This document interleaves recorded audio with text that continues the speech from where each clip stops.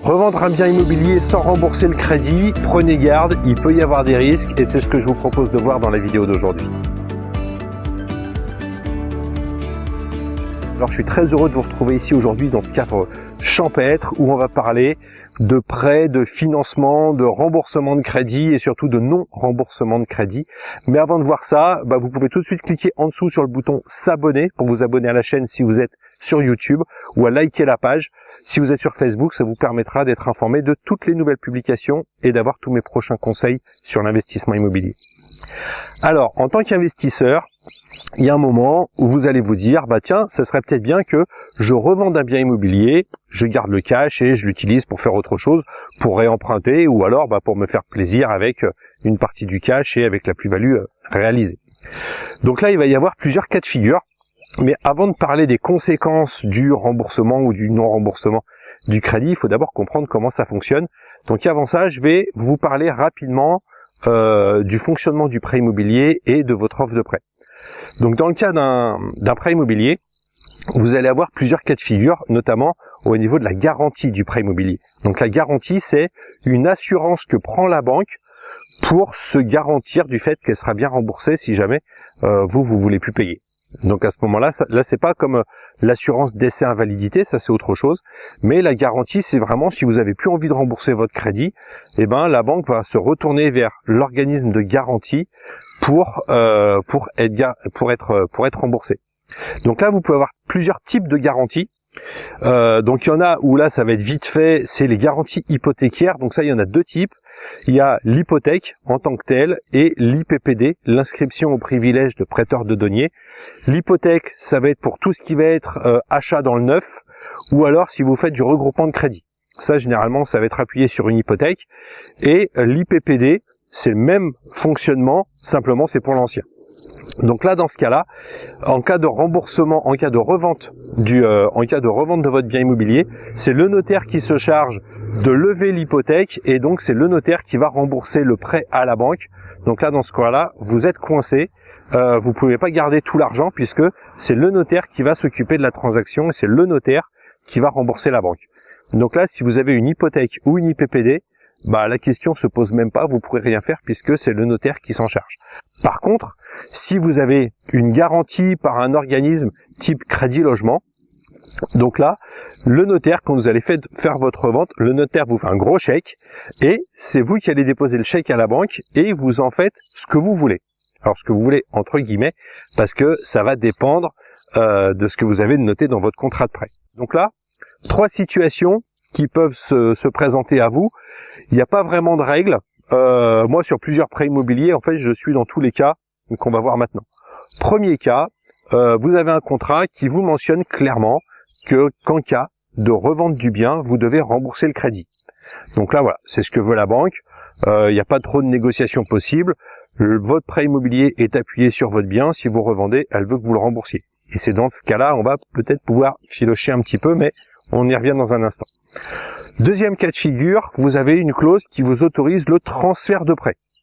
Donc dans ce cas-là, c'est noté noir sur blanc qu'en cas de revente du bien, vous avez la possibilité de transférer votre prêt vers un nouveau bien sous réserve que ce nouveau bien soit acquis dans les 12, 18, 24 mois suivant la revente. Donc ça, c'est contractuel, c'est ce qui va être noté.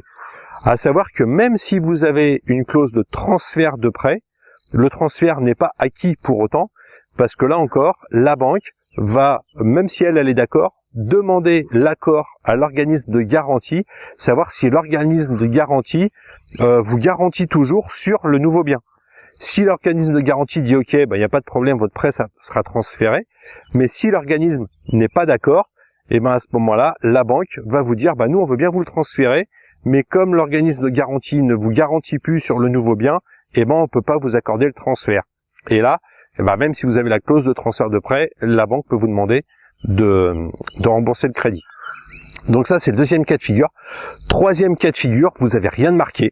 Il n'y a rien de noté dans votre contrat. Alors c'est rare, mais ça arrive. Il y a des contrats qui sont des fois un petit peu légers. Moi, j'en ai un comme ça. Il n'y a rien de marqué. Si vous revendez le bien, c'est même pas noté que vous devez le rembourser. Donc à la rigueur, vous pouvez très bien faire l'ignorant. dire bah voilà, moi c'est pas noté, moi j'ai regardé mon contrat, c'est pas noté que je dois rembourser mon prêt si je le revends, donc là vous pouvez ne rien dire. Mais bon, c'est un peu borderline, mais si c'est pas écrit, bah vous n'êtes pas censé le savoir. Donc là où ça devient intéressant, c'est si vous êtes donc sur un organisme de garantie, vous revendez votre bien, faut savoir que la banque, si vous lui dites pas, n'a pas possibilité de savoir que vous avez revendu votre bien. Parce qu'une fois que vous avez votre prêt, ben, la banque vous demande pas tous les ans d'avoir un document qui atteste que vous êtes toujours propriétaire. Il vous demande plus rien. Du moment que vous remboursez votre prêt, ça roule et là vous êtes tranquille. Donc à ce moment-là, vous pouvez garder l'argent et vous utilisez cet argent pour investir dans un nouveau bien. Donc ça peut être un cas de figure. Donc là, si vous achetez un nouveau bien avec cet argent et que vous avez de nouveau des revenus locatifs, ça va pas poser trop de problèmes parce que sur vos prochaines demandes de prêt, vous pourrez très bien dire que vous avez en effet un bien immobilier avec un prêt et en face, vous avez des revenus immobiliers. Donc dans ce cas-là, ça va pas trop mal se passer. Par contre, si vous gardez l'argent mais que vous ne réinvestissez pas tout de suite, vous dites bah tiens, moi je vais garder cet argent et je vais l'utiliser, par exemple, pour le placer sur un autre support, en tant que business angel, ou alors sur des placements boursiers, ou alors voilà, sur d'autres types d'investissements. Ça peut être un cas de figure, et dire, je vais réemprunter pour un nouveau bien immobilier. Donc dans ce cas-là, d'un côté, vous aurez un prêt immobilier, vous n'aurez plus de revenus locatifs, donc il vaut mieux éviter de dire à la banque que vous avez un prêt immobilier sur lequel vous n'avez pas de revenus, parce que là, ça va vraiment plomber votre dossier, et vous allez demander un nouveau prêt, dans une autre banque, de préférence. Et à ce moment-là, ça peut remonter par l'organisme de garantie, parce qu'il faut savoir que les organismes de garantie sont communs à plusieurs banques. Les organismes comme Crédit Logement, par exemple, je vous parle souvent de lui parce que c'est le plus connu, Crédit Logement va travailler avec une multitude de banques, étant donné que c'est une filiale de ces banques. Les différentes banques sont actionnaires de Crédit Logement, donc Crédit Logement va travailler avec ces banques-là. Donc si vous êtes par exemple à la BNP, je fais pas de publicité mais c'est pour donner un exemple, vous êtes à la BNP et là vous avez un prêt qui est garanti par Crédit Logement. Et demain vous allez dans une autre banque pour demander un prêt qui demande une garantie à Crédit Logement. Là Crédit Logement peut dire ah non, nous on ne garantit pas cette personne-là parce qu'elle a déjà un autre prêt à la BNP et on veut pas garantir de bien sur cette même personne. Et là, la banque va vous dire, mais comment ça se fait? Vous avez un autre bien ailleurs, vous avez un autre prêt immobilier, vous nous l'avez pas dit, et là, vous êtes grillé au niveau de la banque, il faudra plus rien leur demander, parce que l'info peut remonter par l'organisme de garantie. Donc la solution par rapport à ça, c'est de travailler pour ce nouvel investissement avec une banque qui ne travaille pas avec Crédit Logement, mais qui travaille avec un autre organisme.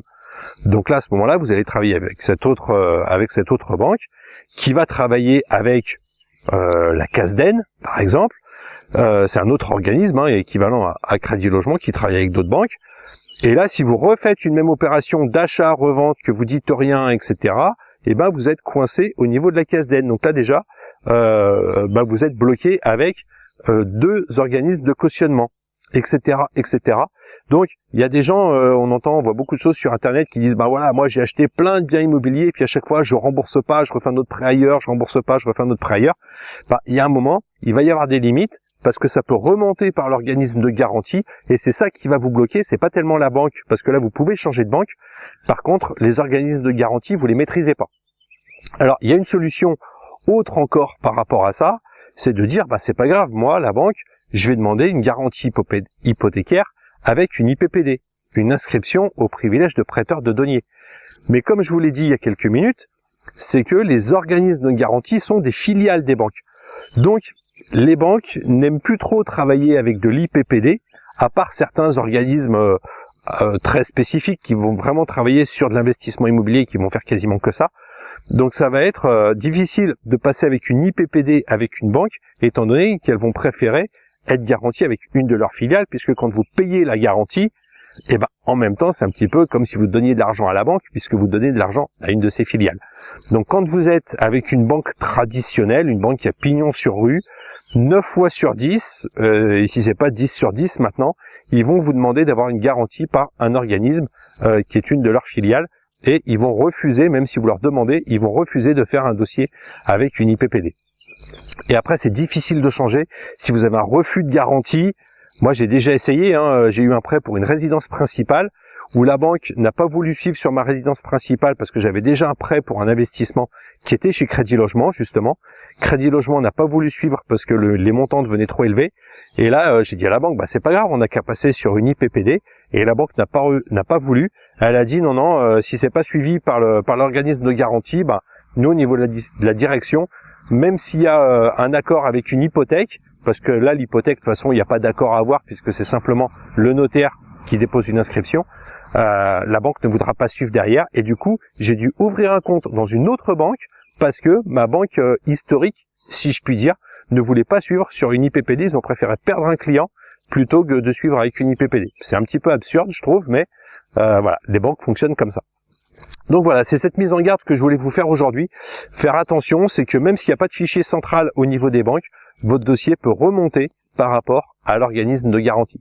Donc pour savoir quel organisme de garantie travaille avec quelle banque, tout ça, pour pas vous griller, moi ce que je vous conseille, encore une fois, je le dis souvent par rapport au prêt immobilier, c'est de travailler avec un courtier.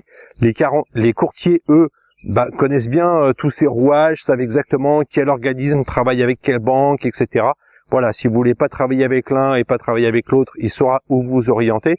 De la même manière, si vous voulez plus d'organisme de cautionnement, mais que vous voulez travailler avec de l'hypothèque ou avec de l'IPPD, là aussi, le courtier saura vous orienter vers des établissements qui travaillent comme ça. Donc là, c'est vraiment la grosse recommandation que je peux vous faire, c'est d'être clair sur votre situation avec votre courtier. Tout d'abord, lui, c'est un petit peu comme un avocat, c'est pas la peine de lui cacher des choses. Il est là, il travaille pour vous. Donc là, vous pouvez être clair avec lui, vous pouvez lui expliquer votre situation et dire ce que vous avez fait et ce que vous voulez faire. Et si vous voulez tel ou tel type de garantie, à ce moment-là, vous pouvez être clair avec votre courtier et il vous aidera dans ce sens-là. Voilà, donc j'espère que cette vidéo vous aura aidé à répondre à une question peut-être que vous vous posez. En tout cas, vous pouvez la partager, la diffuser sur les différents réseaux sociaux. Si vous étiez déjà au courant de toutes ces petites choses, ça pourra éventuellement aider des personnes de votre entourage. N'oubliez pas ma formation gratuite, vous l'avez en cliquant ici et vous pourrez avoir d'autres informations gratuites avec une formation que je vous offre et on se retrouve très bientôt dans une autre vidéo. Je compte sur vous. N'oubliez pas que tout seul on va plus vite mais ensemble on va plus loin.